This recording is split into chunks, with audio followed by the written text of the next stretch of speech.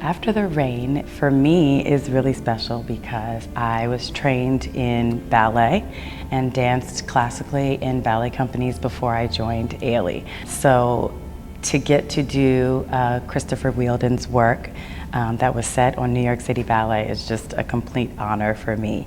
The music is just divine. It's violin is just so melodic, and I get to dance with Jamar Roberts, and he is the tallest man I think I've ever danced with, and so I feel so light and fair, and it's just a wonderful piece to dance.